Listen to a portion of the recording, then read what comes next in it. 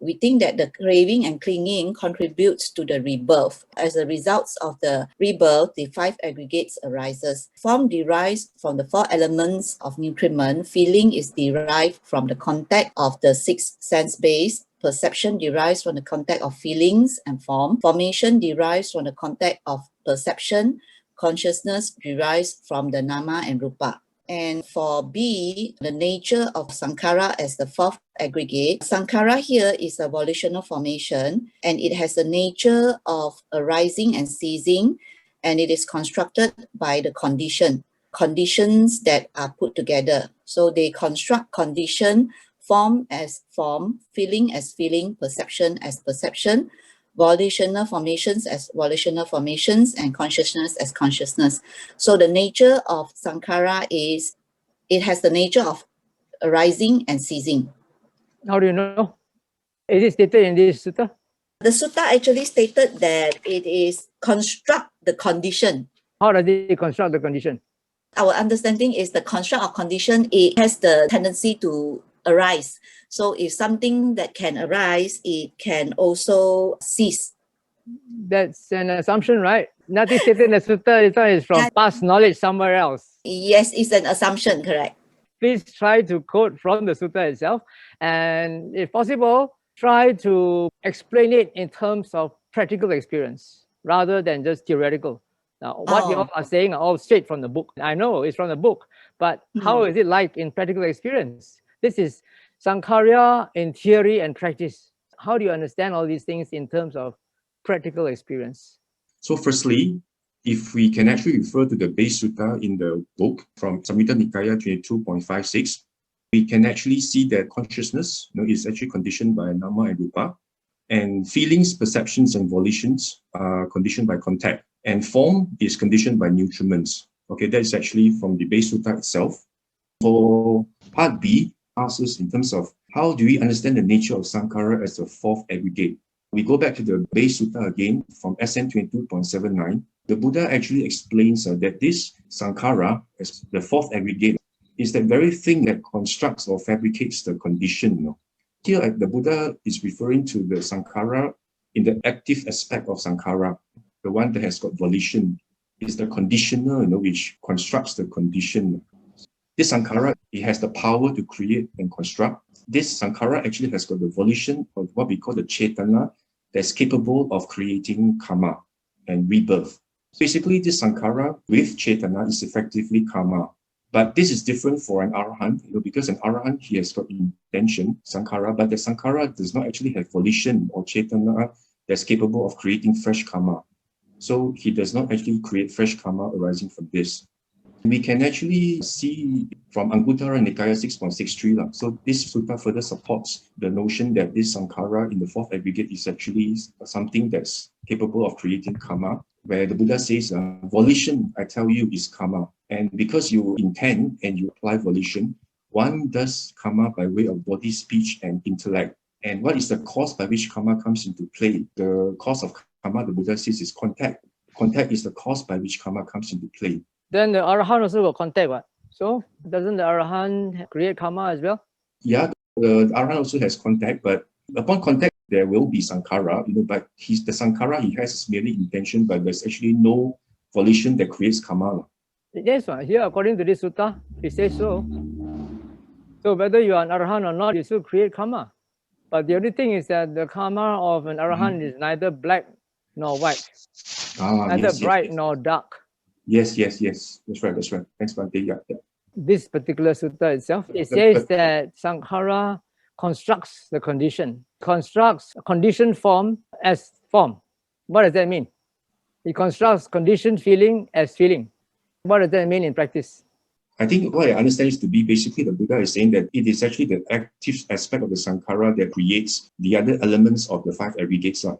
How? In this life or next life? It would be more to the next life, right? As I read it. How about present life? So all the karma that you create are for the next life. That's that. Because whatever 5 aggregates we have is basically old karma, right? There's one sutta where the Buddha says that whatever that we experience through the 5 aggregates, or the 5 aggregates themselves are basically old karma. No. He didn't say the 5 aggregates. I think you're mistaken. He said the 6 senses. The six senses and the five aggregates are not the same, you know. When he talks about the six senses, he's talking about the six sense bases and their respective sense consciousness. These are old karma. New karma is when there's a Saṅkhāra involved and you are reacting to what is perceived through the six senses, through the six sense consciousness. That is new karma. Whatever that we actually intend or whatever that we apply in terms of volition now will in turn be, new karma in the next life. So new karma is only for the next life, not for this life? Well, it can be for this life as well. The vipaka actually has a power to come into fruition this very life itself, if it's possible. If you study for an exam, you study well, and then you get good grades, isn't that karma and its result? Yes, that's the present karma as well. Okay. So I would think that applies to both present and future. So what is the origination of each of the five aggregates? The food that we eat is the cause for the origination of the form aggregate, our body, and the six types of phassa is the cause for the origination of the feeling aggregate, the perception aggregate, and the formations aggregate. So, for example, when we see a rose, due to phassa, a pleasant feeling arises in the mind if the perception associated with it is pleasant. Right. With regard to sanya, a perception, what a beautiful flower, arises in the mind. Good. And that perception is arising based on the past repository or storehouse of forms, sounds, smells of all these sense objects. Correct. And with regard to Saṅkhāra, three types of Saṅkhāras could arise: Chitta Saṅkhāra, Vaci Saṅkhāra, and Kaya Saṅkhāra. So, for example, an intention to pluck the rose and to put it in a vase might arise. Right. That is the mental fabrication. Then we might remark how beautiful the flower is, like, oh, such a beautiful rose. So that results in a verbal fabrication. Correct. And then we might actually act on that mental impulse and go and pluck it. So we might pluck the rose, which results in the bodily fabrication. Right. Yes. So that is with regard to the first four aggregates. And with regard to the fifth aggregate, at least in this sutta, it mentioned that name and form, namarupa, is the cause for the origination of vijnana. So basically, the eye consciousness, ear consciousness, nose, tongue, and body consciousness. I'm not 100% sure whether it includes the mind consciousness. Probably that too, but... Could you give a practical example like what you just did just now? That was excellent about the rose. Can you connect this to the rose consciousness aggregate? For example, when we see the rose, phassa has occurred. Eye consciousness has dependently arisen with eye sense organ, ayatana, and the rose, the visual form. The part that we were not very clear is the order in which it's happening. We said that it's the confluence or the meeting point. Let's take the example of seeing the rose. Eye consciousness, our eye, the sense organ, and the rose itself, the visual form. Correct. We know that chitta is the process of cognizing, and a series of chitta arises and passes away. The part that we are not very clear is how does vijnana come into play with respect to chitta? Because even when we are asleep, though we are not consciously cognizing anything, bhavanga chitta is continuously firing. I mean, there's a series of chitta, at least that's our understanding of it. So is a series of chittas arising and passing away. How does it tie into vijnana? Is vijnana arising within a chitta? I wonder whether you missed what I said earlier in my conclusion to discussion topic number 1. I gave the analogy or the simile of a glass of water. Yes. And I said that glass of water is chitta. And then the water itself is vijnana. And then the droplets of dye that are put into the glass of water are all the other mental factors. So when you talk about chitta, it implicitly involves vijnana as well. Chitta is vijnana plus the other mental aggregates. Okay, that makes sense now. So the glass was chitta, the water was... With water plus the dye, that's the chitta, right? And the Oh, pure okay. water itself, that is vijnana. Okay, okay. So vijnana is a constituent or a component of chitta. Right, is the solvent. The other alternate view we had was the clinging nature of the aggregates, the fact that it derives sustenance, so it clings. That is the cause for the origination of these aggregates. This one is extra sutta explanation, right? It's not found in the suttas, not in this particular sutta anyway. You're right. Okay, what next? Another question we had is in dependent origination, we see that Saṅkhāra is the cause for the origination of consciousness because we have avidya paccaya Saṅkhāra, Saṅkhāra paccaya vijnana. Right. So Saṅkhāra is the cause for the origination of consciousness. Mm.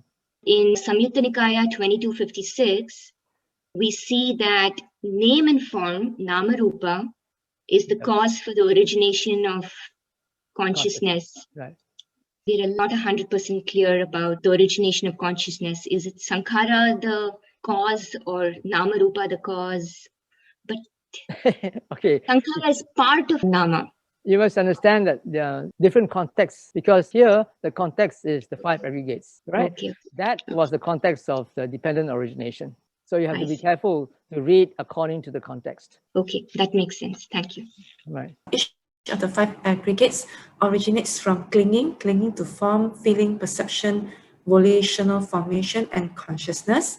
Form is origination from the arising of nutriment of the 4 great elements and the derivatives. Feeling is from the arising from contact, the ear, eye, nose, tongue, body contact, mind contact. Perception arising from the contact, volitional formation also from contact, and consciousness arises from name and form. I want to ask you about your opening sentence. You say that each of the 5 aggregates originates from clinging. Where does this come from? Is it found in the sutta? We saw it in the Kajaniya. Have we come to that yet? We are still now in section 2. We have not gone to section 3 yet. Oh, we thought that was like Where does it say about clinging? at Savati, because those ascetic and Brahmins recollect the manifold past abodes, all recollect the 5 aggregates subject to clinging.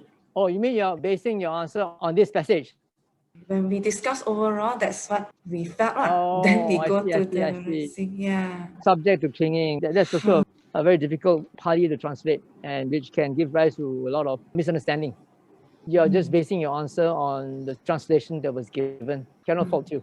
All right, go on to the next one. We understand Saṅkhāras construct the condition from each of the 5 aggregates. So for example, if we walk into a room and we see an enemy, we have an unpleasant feeling arise due to past perception. Probably in the past, we have a quarrel with the person, so we don't like him, he becomes our enemy. So the perception comes into play, and then we have the construction arises. The unwholesome thoughts arise, so that will be mental volitional formation. If we scold him or talk in harsh speech, then that would be verbal volitional formation.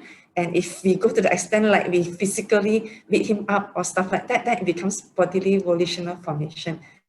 So Saṅkhāra as a 4th aggregate can produce karma due to the volition or intention. This bodily volitional formation, is it found in this sutta or is it found in the previous sutta? The previous one, we just link it. We cannot simply link, because they are different contexts. So this one is in the context of the 5 aggregates, and the definition given in this particular sutta for the 5 aggregates, it says that they construct the conditioned 5 aggregates. Right? Saṅkhāra construct the conditioned form. It also construct the conditioned feeling, construct the conditioned perception, construct the conditioned construction, construct the conditioned consciousness. So how does this work in practical terms? No idea. Okay, never mind, too late. Well, our understanding is form originates from nutriment. Examples is the food that we eat. Feeling originates from contact. When we see something pleasant, unpleasant, or neutral, feelings arises. Perception originates from contact. We perceive that the sky is blue, the grass is green, etc. Volitional formations originate from contact. It's associated with the rising of consciousness that brings about action that constitute karma. When we see something that we like, we crave for it. Therefore, we buy it. Consciousness originates from nama and rupa. Example is we cognize that the blue sky is vast and beautiful, or sugar is sweet, etc. Is that consciousness or is that the Saṅkhāra? The last one you mean, Bhante? Yeah, you said you comment the Consciousness. sugar and so forth. Is that Saṅkhāra or is that consciousness? Consciousness cognizes it. Yeah, That- but what comments? What comment, Bhante? Just now you said, it's sweet. You see sugar and then you perceive and then you comment that it's sweet or nice. So is it the job of consciousness or something else? It's the job of consciousness. Our understanding is Saṅkhāra or mental formation is the image in our minds. Saṅkhāra refers to the intentional construction of our mind. Why is it the image in our minds? And how is that related to intentional construction? When we see something, there's the intention to say we intend to have it. We see there's the image of it of being beautiful, or is it colorful? And then there's the intention to have it. Okay. Perception of mental phenomena. For example, I am eating an apple now, plus perception of my past experience in eating an apple equals to cognizing it, that this apple could be crunchy and sweet. May like it or dislike it. Which one is the job of Saṅkhāra? The first, the second, or the third? In your formula, the first part or second part or the last part, which one is Saṅkhāra? Can I ask sister who gave this to explain it, Bhante? You're passing the buck around.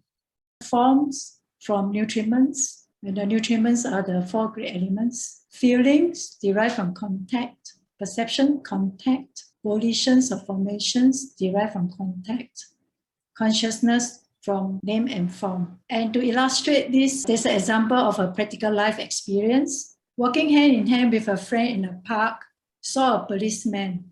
So that is a form. And the thought arises on risk of being fined for not practicing physical distancing with a friend. So there is a perception of what a policeman can do based on past memory. The feelings is unpleasant. There is an intention to walk away from the friend and the police. So here the Saṅkhāra is the intention that results in the reaction to walk away. That doesn't explain the origination of each of the five aggregates. They say here, the origination for form is nutriment, right? So in your example, where does nutriment come in? The form is the person, the policeman. Yeah. Here it says form is derived from nutriment. You are supposed to illustrate how you understand the origination, but here there's nothing mentioned about how the form appeared or how it is related to nutriment. I think we missed that. Okay, never mind. And then how is it related? For example, feeling, perception, and volitions, how are they all related to contact? The contact comes from the I consciousness of the form, which is the policeman. Okay. Then the perception, the volition. The volition, because of the perception and feelings derived from the contact, there is an intention arise that gives to a reaction. Oh, okay. And then the last one, the consciousness. The consciousness, there will be all the sense experience arise from the sense base. Okay, all right. Thank you. Is that all? Yeah, that's all. Okay. Then B, how do you understand the nature of Saṅkhāra as the fourth aggregate? The Saṅkhāra is volition formations that construct the conditioned things. And these conditioned things are impermanent and unsatisfactory due to the clinging aggregates. I don't see how the clinging aggregate can cause them to be impermanent and unsatisfactory. Can you explain? Because we cling to something that is from conditioned phenomena. And anything conditional are not permanent, and it will lead to suffering. Wait a minute, this is talking about the Saṅkhāra in the fourth aggregate. You know, we are not talking about Saṅkhāra as a whole. I need help from my group. Correct me if I'm wrong, Bhante. I think we may have actually not worded it correctly, and our understanding may not be so right on this statement. The clinging aggregates are actually the five aggregates. Volition formations is actually the fourth aggregate. Correct. So volition formations actually construct the conditioned things. And then after that, it went further to explain that the nature of the volition formations are actually impermanent and unsatisfactory. That sentence, the conditioned things are impermanent and unsatisfactory due to the clinging aggregates, is not correct. So the 5 aggregates is the material images that we are seeing, hearing, feeling, smell, and thoughts that arises in our daily activities. Example of the good experience of a neighbor, a dog barking. When the dog barks, that is a sound, and we call them is a form. We are taking this example because suddenly facilitator neighbor got a dog that barks. Once the dog begins to bark, then we immediately notice the bark. So when we notice the bark, that means the ear consciousness heard the bark, and then because of that, agitation comes in, feeling comes in. Feeling that why is that dog barking and making a lot of noise? From that feeling, we will move to the perception. Maybe this facilitator and the dog not friendly, a dog is keep barking at her. So this perception arose in our mind, and that causes mental activity, constructing the condition. Then we begin to feel that this pollution that causes us another karma. By recognizing the dog barking based on the past experience, we are able to see all this. How about the first one? Never explained that nutriment is the origination of the sound? The form, we have the 4 elements. Yes. One of the elements is the wind. So when the wind brings the sound to our ear, that is one of the elements that forms. I know there's a form. Where's the nutriment? Nutriment is the feeding of the unusual sound. So that is a form. Okay, you're trying to squeeze your way through. How about the next part? How do you understand the nature of Saṅkhāra as the 4 aggregates? Nature of Saṅkhāra involves our 6 senses. In fact, when we were discussing, we have to be restrained and reframed because we do not want our senses to prejudice another senses. In this way, we are very careful in the way we present. Maybe sometimes I present it wrongly, so I also don't want people to tell me that I'm wrong. So this is one of the evolution. So the Saṅkhāra involves our 6 senses. When we speak the verbal, we can cause a lot of verbal evolution. The sound can also irritate us, but I don't think we have the experience in the discussion. But object, yes. Suddenly somebody lie down and sleep, then why are we talking while you're sleeping? These are all the evolution that comes to at that moment. Thank you, Bhante. Okay, thank you. Form is the nutriment. The example here is baby being fed with milk to sustain form. And then for feeling, perceptions, and mental activities, all these are arising from contact. So for example, when we see durian and then we recognize it as durian, and if we are durian lover, then the pleasant feeling arises, and then we have intentions to eat. For consciousness, this nim and rupa, consciousness is sensory based. For example, when there is light on the object, our eye will see the object, and then consciousness arises. For question 2, how do we understand the nature of Saṅkhāra? Saṅkhāra characteristic is constructing the condition. For example, you walk into a room and you see an object, and the object is recognized as an apple. An opinion arises about the apple. Either you like the apples or you don't like the apples. And then the reaction or mental construction is Saṅkhāra. Our conditionings, conscious and subconscious, are effects of Saṅkhāra. How does Saṅkhāra construct condition form as form? How does Saṅkhāra construct condition feelings as feeling? Haven't thought about it. Yeah, our group also didn't discuss about this, so I'm not sure how to. Okay, never mind. Right. Next, please. I can read from the slides. The material form originates from the constituents of the 4 great elements: earth, water, fire, and wind. Vedana originates from contact by way of the 5 senses and by way of the mind. When the 5 senses gets activated, we then have a feeling of whether it's a pleasurable feeling, unpleasurable feeling. That's how the feeling comes out by way of contact with the 5 senses. Perception originates from the encounter or comparison between previous experience or knowledge and a new experience of knowledge. For example, we perceive that an object is round or square based on the knowledge that we have of what is round, what is square. Past knowledge and experience will then be compared with the current experience to be able for us to come up with the perception of what it is. And Saṅkhāra originates from the mental constituents with cetana, intention, as leader, and that shapes the mind as wholesome, unwholesome, or neutral. And then that consequently shapes a person's thoughts or reflections as well as their verbal and physical behavior. So it's putting everything together and then being able to do the verbal, physical, or mental volitional formation. And vijnana consciousness is the awareness of particulars or knowledge of specific traits arising from the six sense doors. How we illustrated this was with a durian. If we have the consciousness that we come into contact, let's say with the sight of seeing a durian, we see it in its form. And we understand that the four elements can be seen in the durian, where the earth element is the hardness, the flesh, the solid parts of the durian. The water is the fluidity in the fruit, the fluidity in the skins of the durian, the husk of the durian, which binds and holds them together.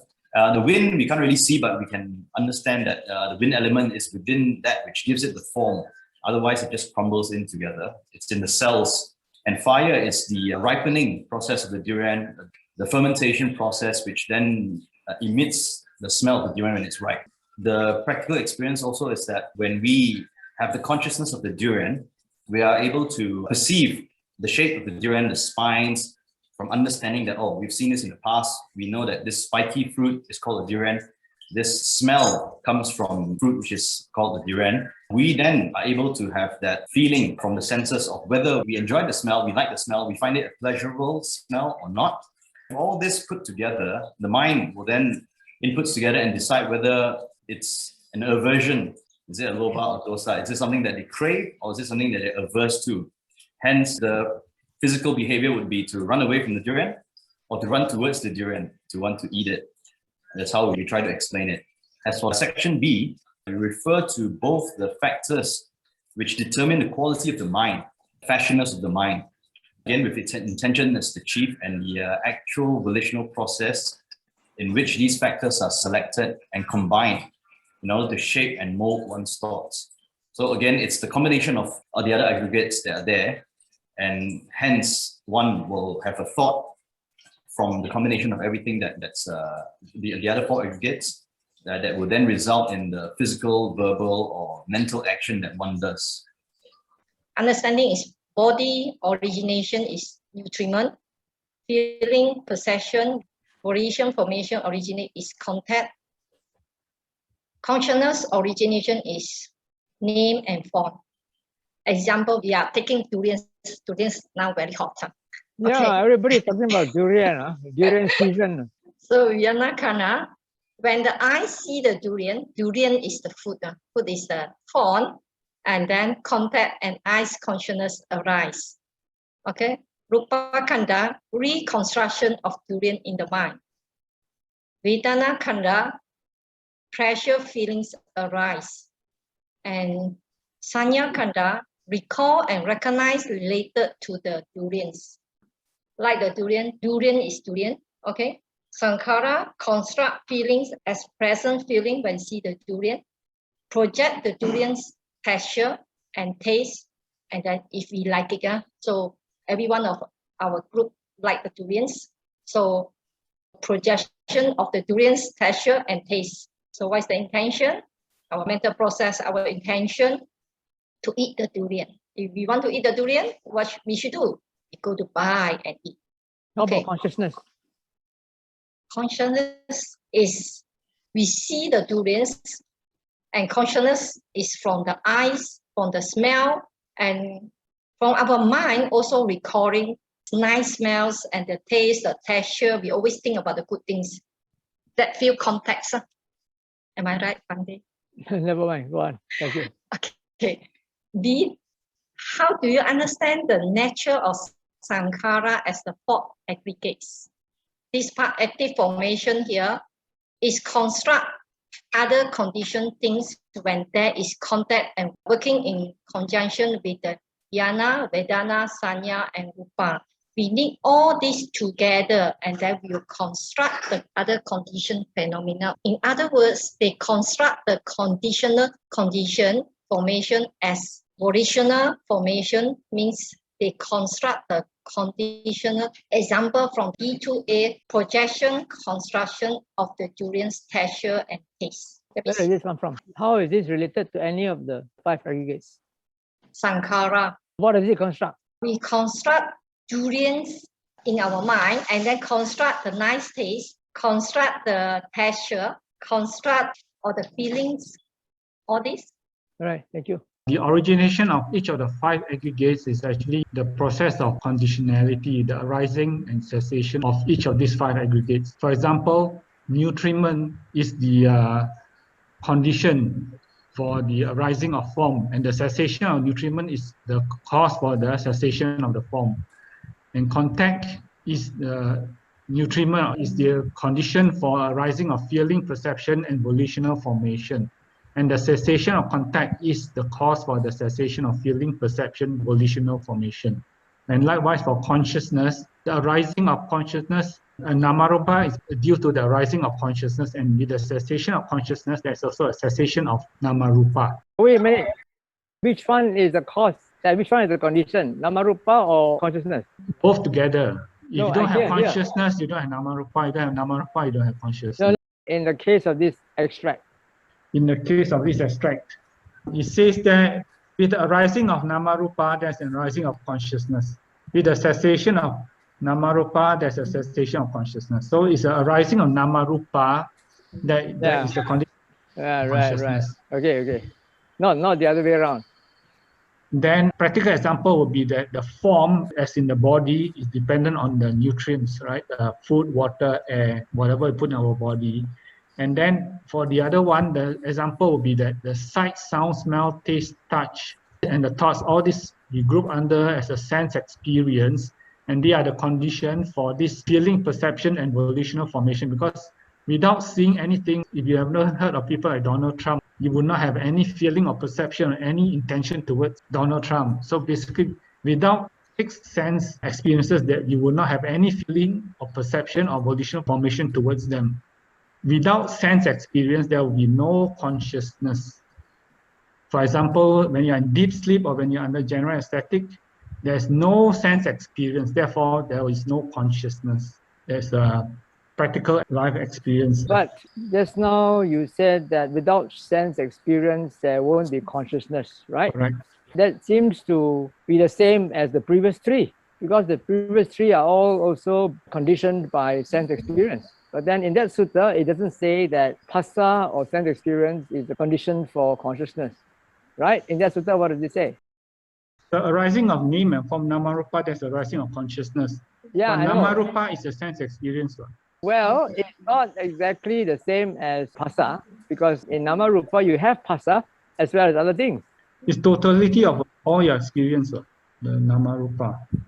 There is a difference between the condition for feeling, perception, and Saṅkhāra to arise, and the condition for consciousness to arise, right? One is just the sense experience, whereas this one is actually more than that. Deeper than that, much more deeper than that. Yes, correct. So the key part is how do you understand the nature of Saṅkhāra as a 4th aggregate. In this case, there are actually 2 different meanings towards the Saṅkhāra. The first meaning is volition, like a karmic activity towards the 6th sense experience. It's a reaction at the 6th sense door. With contact as a condition, then there's a feeling, craving, and clinging, then giving rise to this volition towards this volitional formation. So this first Saṅkhāra is the karmic activity.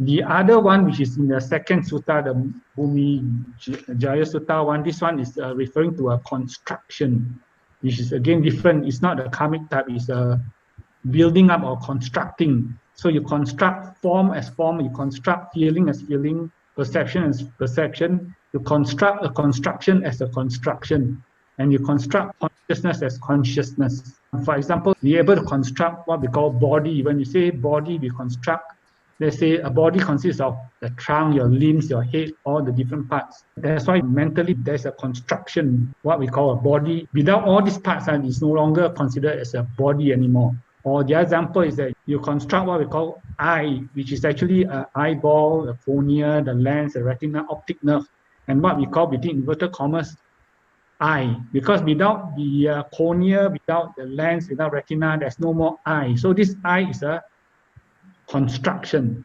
You actually construct is a concept which is based on construction. You are understanding Saṅkhāra here as a mental construct, is it? Some kind of construction, like we construct identity or self. Let's say, oh, who are you? Then you construct your age, your sex, your relationship, your fashion, skills, personality. So you actually basically construct a person, a self. I am so and so. I'm born such and such. Why I do this and that. Some karate make together. One of the things that you can construct is that you construct this identity. Yeah, but then in that sutta, it doesn't talk about identity. It doesn't talk about concept. It talks about Saṅkhāra, construct, rupa as rupa, feelings as feelings, perception as perception, Saṅkhāra as Saṅkhāra, consciousness as consciousness. All these do not involve identity or self or the cornea or the eye. These are all concepts, right? But what is found in the sutta is not dealing about concepts. It's dealing about so-called ultimate realities. This also seems to be constructed too. Looks like your feeling, perception, all seems to be constructed. How? Not clear to me how exactly you construct them, but this is basically it's a constructed. All these feelings somehow construct them, other than your concept being constructed. You're also part of it constructed. Yeah, I know, but then you're not clear about the process of how it actually constructs feeling as feeling, perception as perception. It's not clear how is it done. I know it's due to contact, but how the contact bring the feeling to come out, how the construction. Okay. Yeah. Okay. This part is basically mentioning about the arising and cessation of the volitional formations. So it depends on the arising and cessation of contact. So when contact get in touch with the corresponding sense object, then it will give rise to arising and cessation of volitional formation. Then the second point we want to highlight is the volitional formation itself is able to construct the condition 5 aggregates. This is according to the Samyutta Nikaya 22.79. On page 8, it's stated there, volitional formation constructs the condition form as form and then the following. But how does it work? I'm not really sure on this particular part.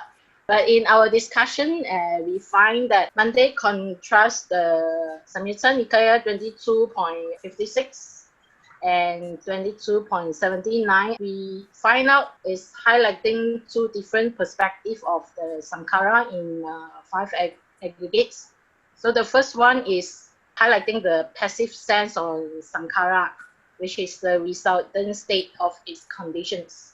And then while the latest sutta is highlighting the active sense of the Saṅkhāra, which is being the causal state to produce the condition 5 aggregates. Why do you say that in SN 22.56, it is passive? Because it depends on the conditions. Where does it say so? Because of the arising of contact, there's a rising of volitional formations. Is that so? Yeah. Does it show that it is passive because of that? That means it's a result of the conditions. Then the other one is 79? The 79 is more on with the karmic force, so it will create the being the conditions, it will create the subsequent result, like form, feeling, the condition form, feeling, perception, volitional formation, and also consciousness. Okay. We also find out that with the power of practicing the Noble Eightfold Path, we will be able to lead to the cessation of Saṅkhāra. Origination of form is actually the 4 great elements. The process of origination is influenced by nutriment, sustenance, and the changing conditions of the elements. So a practical example of this is when a person gets burnt, in an accident, then the heat or the element of heat actually distorts or deforms the skin, causing a burn. This actually happens all the time within our own bodies. the cells die, and basically a confluence of the four elements coming together and interacting with each other. And in terms of feeling, perception, and volitional formations, the origination is contact, as per the sutta, and for consciousness, it's nama and rupa. The example that we have is just now when we were doing the guided meditation, someone heard the sound of a bird, and so the ear that hears the sound is the form. The feeling that arises, that's a pleasant feeling, or what we call liking, arose, and the perception is kind of like a memory of something in the past, so the memory or the perception knows that it's a bird, and then the volitional formation arose, discursive thought lah, that, oh, okay, actually it would be nice to hear more of this bird. And then consciousness is actually, like Bante said, the glass lah, that knows or recognizes all of these things as happening, feeling as happening, perception as happening, thought as happening. I didn't say that consciousness can recognize. Okay. I say that consciousnness only cognizes, yes, not sorry, recognize. Recognition is the knowing, right? Perception. Recognition is perception, Sanya. Yeah. Sorry, Bante. So this is just pure cognition, the Yes. basic cognition lah. So moving on to part B, how we understand nature of Saṅkhāra. I think all of us are like struggling with the same concept of how the process takes place, but for us it's similar. We also see two kinds of meanings. The first is that Saṅkhāra actually constructs the condition, so it brings together or it creates the causes and conditions for these things to take place lah. It can be a group or a single aggregate coming together to produce these karmic results lah. And it can also refer to intentional action, speech, and thought that create karma or the results that we experience. So in terms of how it actually constructs it, because I guess from our understanding, those formations in the mind actually have some power to it lah. So when we say that, you know, this I am this person, then it constructs that identity lah, and there's karma that is involved that perpetuates it now. That's our understanding. But in that sutta, it doesn't talk about that. It doesn't talk about creating that I identity. In that sutta, it's very simple. It talks about volitional formations, constructing the conditioned or constructed form, feeling, perception, volitional formation, and consciousness respectively. So how does this process actually happen? Do you understand? In practical terms? Yes. So how does this fourth aggregate actually form the other or construct the other aggregates? Right. Yeah, so I think because this is the one where some intentionality is involved, so when there's intention, it gives the other aggregates weight. I mean, yeah, this is just one. Can you give any specific examples? Yeah, so I think let's just going back to the example of meditating and hearing a sound of the bird. Okay. If there is no thought, that it's a bit hard. Yeah, I don't, because the perception may come up, oh, it's a bird. But if we don't attach to it, I suppose maybe the volitional formation is the one that attaches, is averse, and it could be the one that's deluded. So as and when there are these forces interplaying with, say, form, feeling, perception, consciousness, it could give that intentionality and that power lah. Okay, all right, good try. Okay, thank you, Bante.